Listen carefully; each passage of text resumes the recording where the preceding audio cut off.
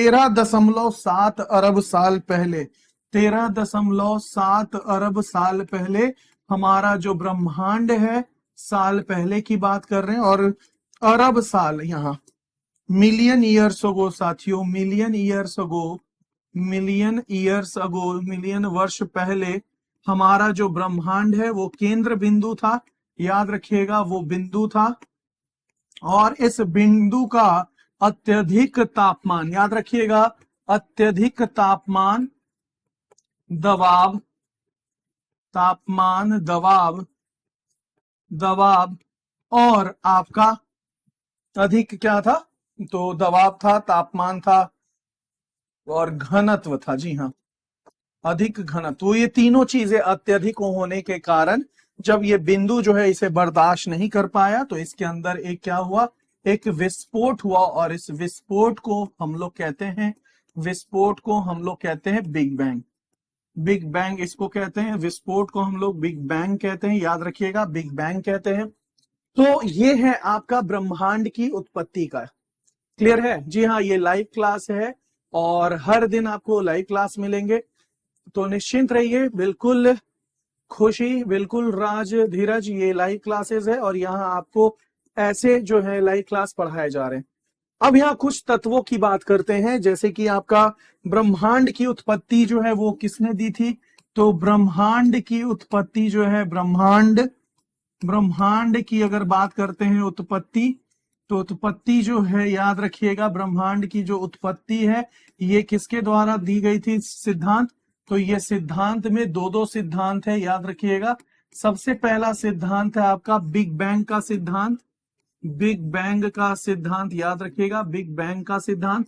और big bang का सिद्धांत जो है ये किसके द्वारा दिया गया था, ये दिया गया था साथियों आपके जॉर्ज लेमेथियर के द्वारा, जॉर्ज लेमेथियर के द्वारा दिया गया था, जॉर्ज लेमेथियर के द्वारा दिया गया था।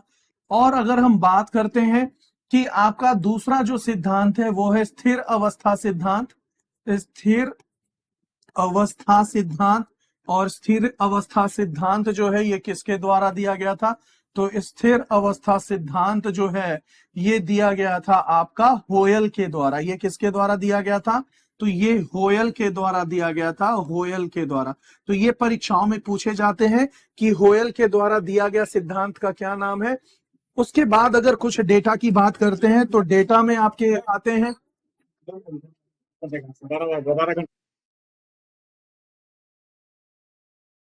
उत्पत्ति। जब विस्फोट हुआ, याद रखिएगा, जब विस्फोट हुआ, जब विस्फोट हुआ तो जब विस्फोट हुआ तो विस्फोट के याद रखना है, विस्फोट के तीसरे मिनट में, 3 मिनट के अंदर, 3 मिनट के अंदर क्या हुआ, 3 मिनट के अंदर पहला कणों का निर्माण हुआ, पहला कण का निर्माण हुआ, पहला कण का निर्माण हुआ, पहला कण का निर्माण हुआ। और पहला तत्व जिसका निर्माण हुआ, जो, और पहला तत्व, प्लीज यहां ध्यान से देखिएगा, हर इंपॉर्टेंट है, पहला तत्व जिसका, पहला तत्व जिसका निर्माण हुआ, निर्माण हुआ, वो था हाइड्रोजन। क्या था, हाइड्रोजन। क्लियर है? तो ये हमारा पहला तत्व था, ठीक है ना। तो यहां ध्यान दीजिएगा सभी लोग, तो ठीक है ना। चलिए आगे देखते हैं। उसके बाद फिर हम लोग बात करते हैं कि इन हाइड्रोजन, इन हाइड्रोजन, इन हाइड्रोजन में अधिक तापमान के कारण, अधिक तापमान के कारण, अधिक तापमान के कारण क्या हुआ, अधिक तापमान के कारण संलयन होना, संलयन होना शुरू हो गया, संलयन होना शुरू हो गया। और इस परमाणु संलयन से, इस परमाणु संलयन से, परमाणु संलयन का मतलब होता है साथियों न्यूक्लियर फ्यूजन, और इस परमाणु संलयन से बहुत अधिक ऊर्जा का निर्माण हुआ, बहुत अधिक ऊर्जा का निर्माण हुआ और इस परिक्रिया में याद रखना है, इस परिक्रिया में तारों का जन्म हुआ, तारों का जन्म हुआ, याद रखिएगा तारों का जन्म हुआ। क्लियर है? और इस प्रक्रिया में तारों का जन्म हुआ, याद रखिएगा।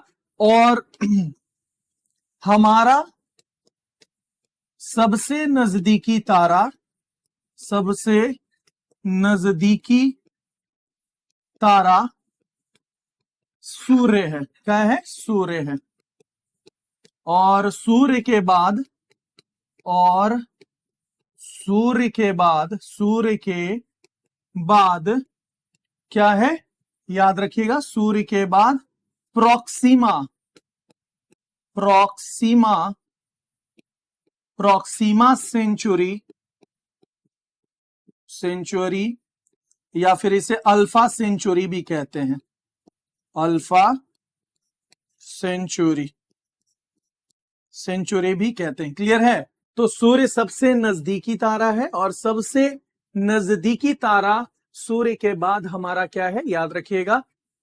जी हाँ, आज से वर्ल्ड ज्योग्राफी हुआ। परिवहन आपका लास्ट चैप्टर था, परिवहन समाप्त हुआ, यानी कि उसके बाद आपका क्या शुरू हो गया? वर्ल्ड ज्योग्राफी, यानी कि विश्व की भूगोल।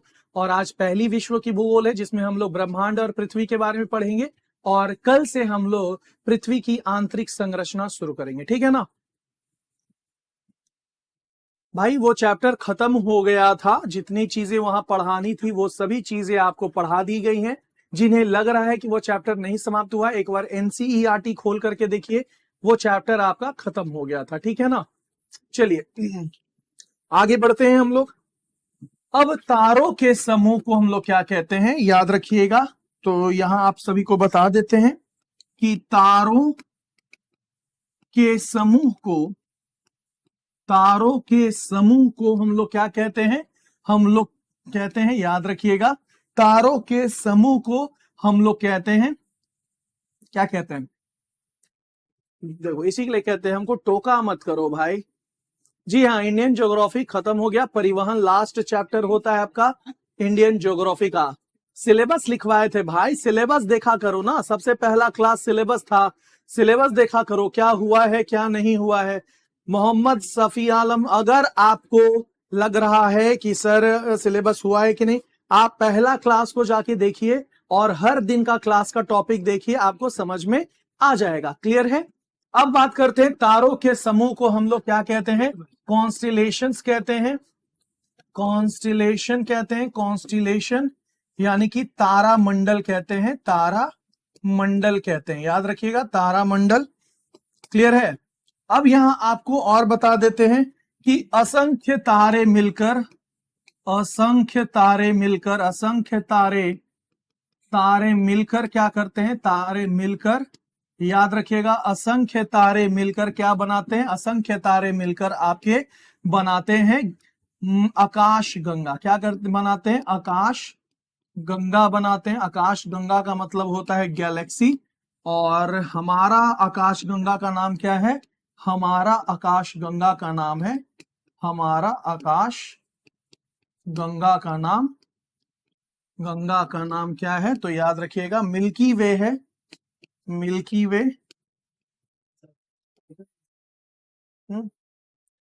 मिल्की वे, और या मंदाकिनी कह सकते हैं, या मंदाकिनी, मंदाकिनी। क्लियर है? तो मंदाकिनी है तो हमारे गैलेक्सी का नाम। सबसे नजदीकी गैलेक्सी कौन है हमारा?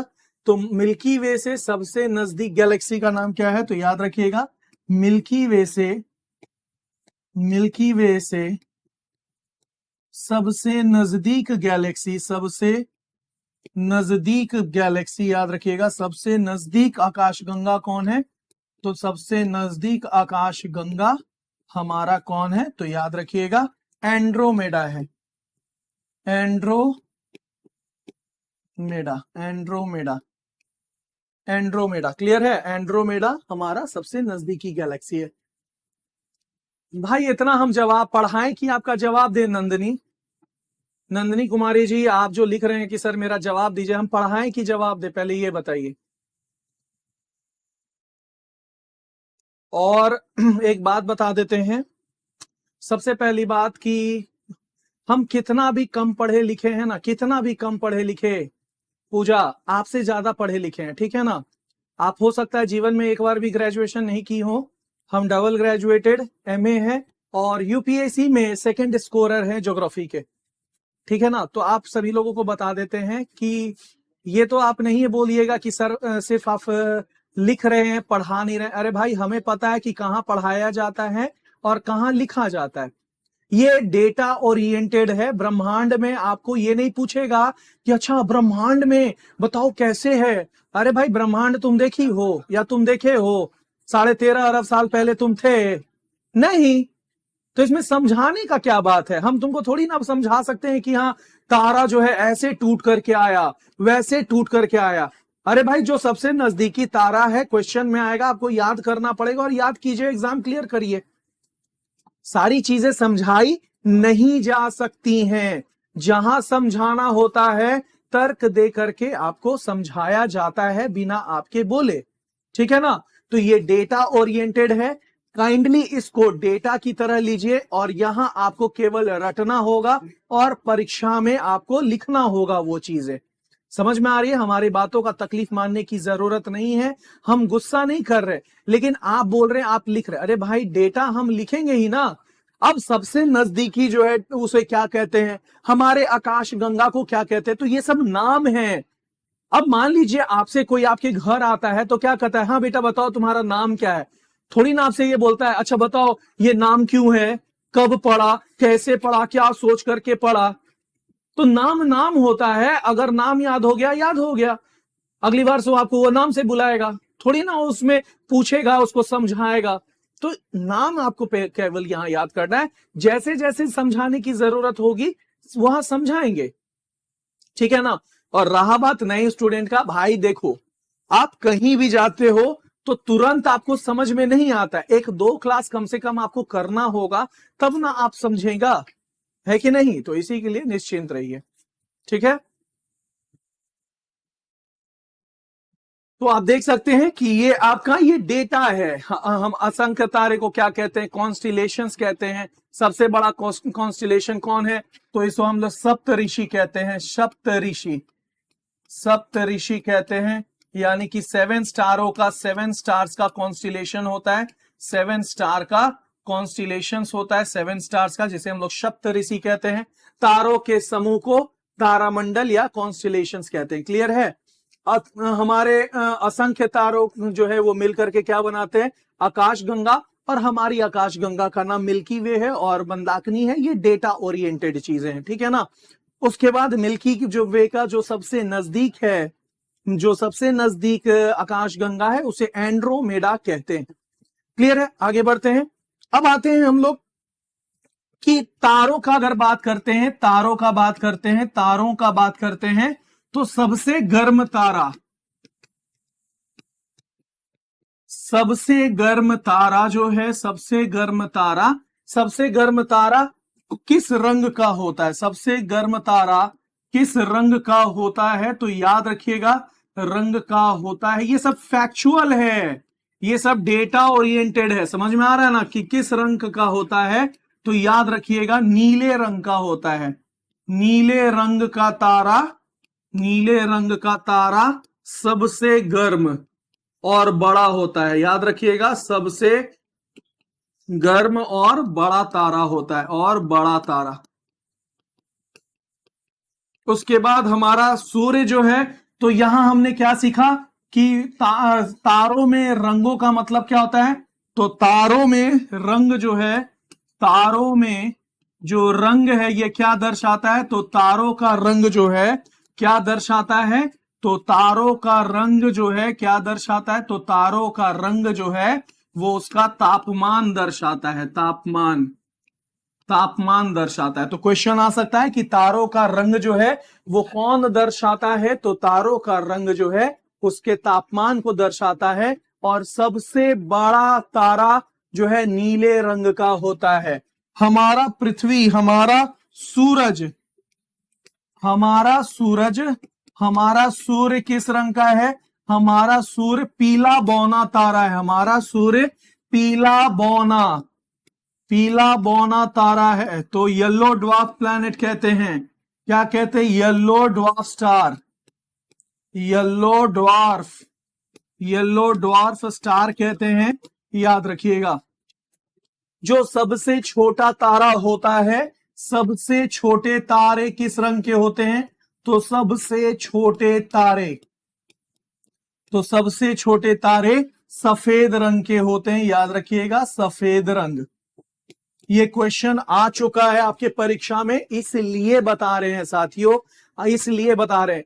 हमारा क्लास का एक खासियत तो होता है, हम जानते हैं कि ये जो आपका ब्रेन है ये बहुत ही महत्वपूर्ण है।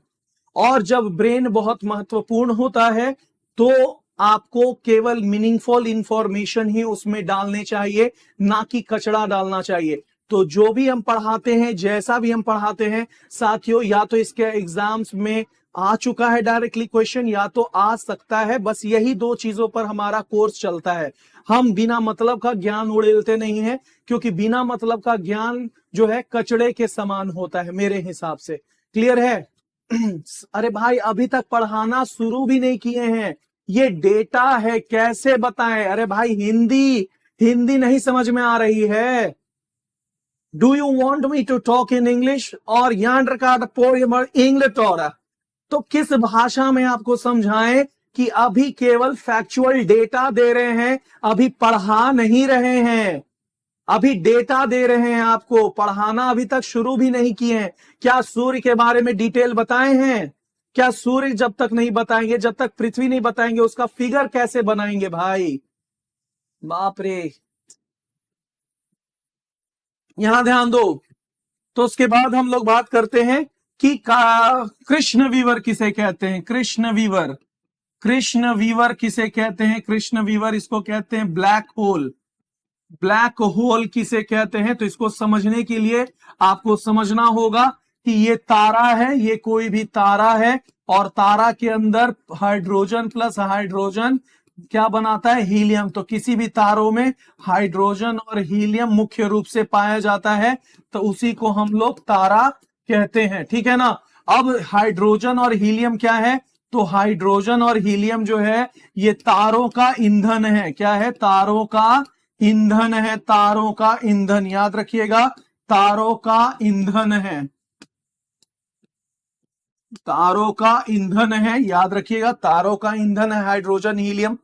अब आपको एक बात बता देते हैं कि ईंधन कितना भी ज्यादा हो एक दिन समाप्त हो जाएगा, एक दिन समाप्त हो जाएगा, याद रखिएगा, ईंधन कितना भी ज्यादा हो एक दिन समाप्त हो जाएगा। और जिस दिन समाप्त होगा इसके अंदर की ऊर्जा जो है खत्म हो जाएगी, ऊर्जा जो है वो खत्म हो जाएगी। और जैसी ऊर्जा खत्म हो जाएगी ये तारा जो है इससे ये धीरे धीरे छोटा होने लगेगा। क्या हो जाएगा? तो धीरे धीरे छोटा होने लगेगा। जैसे जैसे ऊर्जा इसका ईंधन समाप्त होगा वैसे वैसे तारा जो है धीरे धीरे छोटा होते जाएगा। कैसा होते जाएगा? छोटा होते जाएगा, याद रखिएगा, छोटा होते जाएगा। और एक समय इतना छोटा हो जाएगा कि इसका घनत्व, इसका घनत्व अत्यधिक हो जाएगा, घनत्व अत्यधिक हो जाएगा, अत्यधिक, इसको समझाएंगे अभी, अत्यधिक हो जाएगा। और जब अत्यधिक जो है आपका घनत्व हो जाएगा तो अत्यधिक घनत्व के कारण ये किसी भी प्रकार के प्रकाश को, किसी भी प्रकाश को पार नहीं होने देगा, किसी भी प्रकाश को पार नहीं होने देगा, पार होने नहीं देगा, होने नहीं देगा, याद रखिएगा, नहीं देगा। क्यों? क्योंकि जितना ज्यादा घनत्व होता है उतना ही ज्यादा मोर ग्रेविटी, बहुत ज्यादा ग्रेविटी हो जाएगा, गुरुत्वाकर्षण हो जाएगा, गुरुत्वाकर्षण क्या हो जाएगा? गुरुत्वाकर्षण हो जाएगा इन सभी का। तो अधिक गुरुत्वाकर्षण की वजह से ये प्रकाश को भी पार नहीं होने देगा, जिसकी वजह से ये क्या कहलाएगा? ब्लैक होल कहलाएगा, ब्लैक होल बन जाएगा, याद रखिएगा, ब्लैक होल बन जाएगा। तो आपको एक बार समझा देते हैं कि हमने अभी क्या बताया। हमने बताया कि कोई भी तारा हो उसके अंदर, जैसे आप बाइक चलाते हो, बाइक में ईंधन क्या डालते हैं? Petrol, diesel, CNG. हम शरीर कब चलता है? जब खाना ईंधन के रूप में लेते हैं। तो जैसे जैसे गाड़ी में पेट्रोल और डीजल समाप्त होगा, गाड़ी चलना बंद हो जाएगा। उसी प्रकार से सबसे पहले बात करेंगे तारे किस चीज से बने हुए हैं। तो परमाणु संलयन से बने हैं, यानी कि हाइड्रोजन प्लस हाइड्रोजन, यानी कि हाइड्रोजन जब अधिक तापमान में एक दूसरे से मिल जाते हैं और हीलियम बनाते हैं, इस प्रक्रिया को परमाणु संलयन यानी कि न्यूक्लियर फ्यूजन कहते हैं। और इसी से जो ऊर्जा और तापमान निकलती है, जिसके कारण हमारा सूर्य और अन्य तारे प्रकाशित होते हैं। लेकिन कितना भी ज्यादा ईंधन हो, कभी ना कभी तो समाप्त होगा। इसी के लिए पुराणों में कहा जाता है कि सूर्य देव की एक दिन अंत होगी। तो सूर्य देव की एक दिन अंत होगी, इसका मतलब क्या है? कि सूर्य हो या कोई भी तारा हो, उसके अंदर का जो ईंधन है, हाइड्रोजन, हीलियम, वो समाप्त होगा। और धीरे धीरे जैसे जैसे ईंधन समाप्त होंगे, तारों का आकार छोटा होते जाएगा। और जैसे जैसे आकार छोटा होगा, साइंस का नियम है कि अगर एरिया कम है तो और वॉल्यूम से, तो याद रखिएगा डेंसिटी क्या होता है? डेंसिटी का फॉर्मूला घनत्व। तो जैसे जैसे एरिया छोटा होगा, घनत्व बढ़ते जाएगा, और एक समय छोटा होकर के वो इतना घनत्व हो जाएगा। और जितना ज्यादा घनत्व उतना ज्यादा गुरुत्वाकर्षण। तो ज्यादा घनत्व ज्यादा गुरुत्वाकर्षण। तो इन तारों में इतना गुरुत्वाकर्षण आ जाएगा कि किसी भी प्रकाश को ये अपने से पार नहीं होने देंगे। और इनका रंग कैसा दिखने लगेगा? ब्लैक, क्योंकि प्रकाश नहीं निकल रहा है तो कुछ दिखेगा नहीं, तो ब्लैक होल इसे कहते हैं। ठीक है ना, समझ में आ रहा है ना? तो याद रखिएगा, बहुत ही ज्यादा ये इंपॉर्टेंट है कि ब्लैक होल किसे कहते हैं। तो धीरे धीरे ईंधन के समाप्त होने के कारण तारों का आकार जो है वो छोटा होने लगता है। और आप देखिएगा इतना सारा बुनिया है, और जब बुनिया को ऐसे उठा करके ऐसे जब दबा दीजिएगा कस के, तो बुनिया सारा जो है एक छोटा सा लड्डू बन जाएगा। इस छोटे से लड्डू में ढेर सारा बुनिया है। तो जब ये बुनिया था तो बड़ा था, लेकिन जैसे इसको अपने मुट्ठी से दबा दिए तो ये लड्डू बन गया, लेकिन सारा बुनिया छोटा हो गया। अब इसका घनत्व बहुत ज्यादा है, किसी को सर पे मार देंगे तो चोट लगेगा। तो उसी तरह से इन तारों के छोटे होने से इनका घनत्व अत्यधिक बढ़ जाता है। और अत्यधिक घनत्व का मतलब है अत्यधिक गुरुत्वाकर्षण। और ये ग्रेविटी जो है प्रकाश को अपने से दूर होने नहीं देती, अपनी ओर खींच लेती है, जिसके कारण दूर से सभी को ये काले रंग का दिखता है, इसीलिए इसका नाम ब्लैक होल होता है। क्लियर है? अब सवाल आता है कि दो खगोलीय पिंडों की दूरी को कैसे मापा जाता है। तो चलिए उस पर भी चर्चा करेंगे। तो थैंक यू संदीप कुमार। ठीक है ना, तो आप देख सकते हैं यहां। तो मान लीजिए ये सूर्य है, ये सूर्य है आपका, और ये जो है आपका पृथ्वी है। ये आपका क्या है? ये पृथ्वी है। और ये दोनों के बीच की दूरी जो है औसत कितना है? 150 मिलियन किलोमीटर। तो ये दूरी है, क्या है? औसत दूरी, याद रखिएगा, औसत दूरी है। ठीक है ना। अब दो खगोलीय पिंड है, एक ये खगोलीय पिंड है और एक दोनों की बीच की जो दूरी है, दूरी का मापक कौन है? तो दूरी का मापक है प्रकाश वर्ष, प्रकाश वर्ष। तो दो खगोलीय पिंडों की दूरी को हम लोग कैसे मापते हैं? प्रकाश वर्ष से मापते हैं, याद रखिएगा, प्रकाश वर्ष से मापते हैं। M I clear? प्रकाश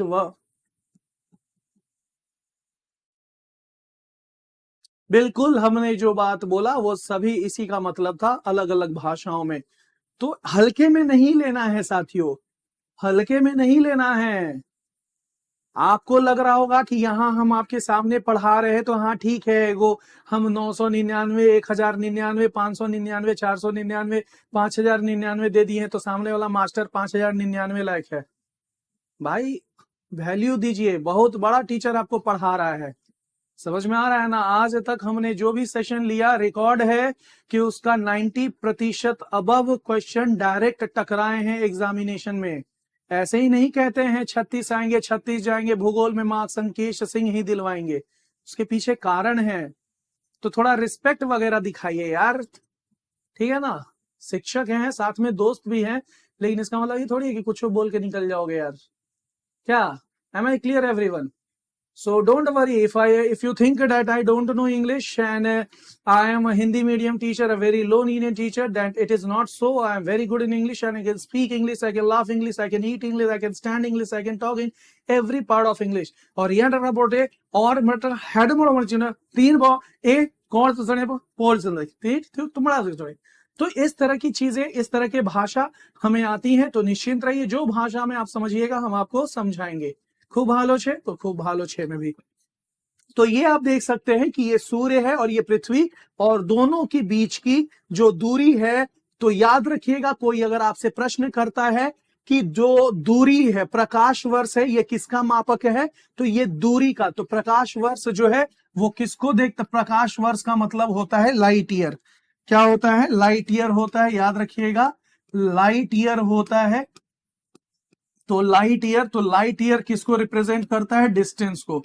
अब यहां क्वेश्चन आ सकता है कि 1 light year is equal to कितना होता है? 1 लाइट ईयर, तो 1 light year is equal to क्या होता है? तो 9.416 461 होता है या 416 होता है, कोई बता सकता है?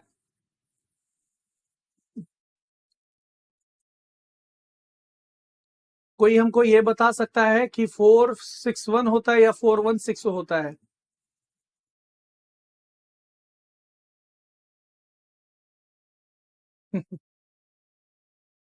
9.461, ठीक है ना,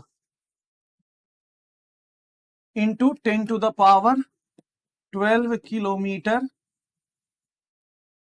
एक लाइट ईयर का है, यानी कि एक प्रकाश वर्ष। एक प्रकाश 461 वर्षा ने, एक प्रकाश वर्ष, एक प्रकाश वर्ष का मतलब याद रखिएगा 9.461। क्लियर है? 416 नहीं है, 461 है भाई, 461 होता है,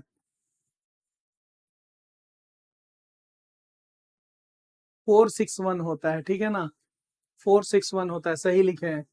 और 9.461 इंटू 10⁻15 मीटर होता है। तो किलोमीटर में ये है और मीटर में ये है। क्लियर है? चलिए, उसके बाद कहते हैं कि इसका जो बड़ा यूनिट है लाइट ईयर का, बड़ा यूनिट 1 पारसेक। 1 पारसेक, तो पारसेक याद रखना है, 1 पारसेक। तो 1 पारसेक बराबर क्या होता है? 1 पारसेक इज इक्वल टू 3.2 प्रकाश वर्ष। 3.2 प्रकाश वर्ष, तो 3.2 प्रकाश वर्ष एक पारसेक का मतलब होता है। क्लियर है? पास्कल नहीं भाई, पारसेक। पारसेक जैसे 1000 मीटर होता है ना, तो 1000 मीटर को हम लोग बड़े क्वांटिटी से क्या बोलते हैं? 1 किलोमीटर। तो 1 kilometre is equal to 1000 metre. तो वही प्रकाश वर्ष छोटा कॉन्सेप्ट है, और 3.2 प्रकाश वर्ष मिल करके एक पारसेक बनता है। समझ में आ रहा है ना? एक पारसेक बनता है, तो पारसेक बड़ा कॉन्सेप्ट है। तो ये था आपका डेटा एनालिसिस। डेटा एनालिसिस था, तो याद रखिएगा। और लास्ट पेज जो डेटा एनालिसिस का बताने जा रहे हैं वो ये है कि एनसीईआरटी क्लास 6, 7 और 11, और 11 में है विश्व का भूगोल। विश्व का भूगोल, और हम लोग एक एक करके सभी को पढ़ेंगे। क्लियर है? अब यहां आप लोग देखिए, यहां ध्यान से देखिएगा आप सभी लोग कि पृथ्वी की उत्पत्ति, पृथ्वी की उत्पत्ति का सिद्धांत कौन दिया था? निहारिका परिकल्पना, निहारिका परिकल्पना, परिकल्पना। और निहारिका परिकल्पना को इंग्लिश में क्या कहते हैं? Nebular hypothesis, nebular hypothesis. तो पृथ्वी की उत्पत्ति की मतलब पृथ्वी कैसे इसका उत्पत्ति हुआ, उसमें निहारिका परिकल्पना किसने दिया? लाप्लास ने, लाप्लास। लाप्लास एक व्यक्ति है, लाप्लास। तो लाप्लास ने यह सिद्धांत दिया।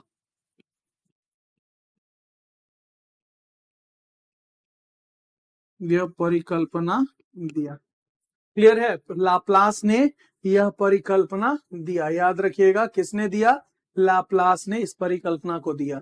याद रखिएगा जॉर्ज लेमेथियर के सिद्धांत, बिल्कुल नोट्स, एक एक चीज जो हम लिखे हैं नोट्स बनाना है आपको, नोट्स बनाना है। जॉर्ज लेमेथियर का जो सिद्धांत था, जॉर्ज लेमेथियर का जो सिद्धांत था, जॉर्ज लेमेथियर का जो सिद्धांत था, याद रखिएगा क्या था? बिग बैंग का सिद्धांत। इसको पुष्टिकरण किसने दिया था? बिग बैंग के सिद्धांत। तो इस सिद्धांत को याद रखिएगा, इस सिद्धांत को पुष्टिकरण किसने किया? क्वेश्चन आ सकता है कि बिग बैंग सिद्धांत को पुष्टिकरण किसने किया? सिद्धांत को पुष्टिकरण किसने किया? पुष्टिकरण, पुष्टिकरण किसने किया? तो याद रखिएगा एडमंड हेली, एडमंड हेली ने, एडमंड हेली ने इसे पुष्टिकरण किया। तो याद रखिएगा ये सारे क्वेश्चंस आपके परीक्षा में आते हैं। साक्षी छोड़ दी है, अब वो ऑफिसर्स एकेडमी की टीम में नहीं है, इसलिए वो क्लास नहीं लेती है। ठीक है ना? निहारिका का मतलब क्या होता है? निहारिका का मतलब होता है, निहारिका का मतलब होता है, निहारिका, निहारिका का मतलब होता है नेबुला। और नेबुला क्या है? तो dust of gas, dust and gas. तो circle of, circle of dust and gas है। तो डस्ट एंड गैस का यानी कि धूल और गैस का जो गोलाकार है उसे निहारिका कहते हैं। तो जब ब्रह्मांड विस्फोट हुआ तो सारे धूल और कण जो है एक साथ, जो हमने इंग्लिश के बाद बोला वो था आपका सेंटिलीज भाषा, सेंटिलीज भाषा था। और सेंटिलीज भाषा बहुत कम लोगों को पता होता है। ट्रेनिंग के दौरान हमें भेजा गया था तो वहां सेंटिलीज भाषा हमने सीखा था। ये बहुत कम लोगों को पता है और ये टॉप सीक्रेट बातें हैं, बहुत कम लोगों को पता होता है, इसी के लिए आपको समझ में नहीं आया होगा। समझ में आ रहा है ना? और कोई बात नहीं, वही तो हम आपको बार बार कह रहे हैं कि हल्के में ना लेना साथियों।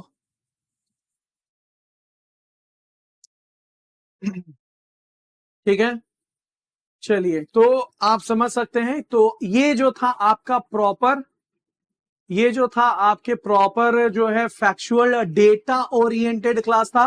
कल हम लोग क्या शुरू करेंगे?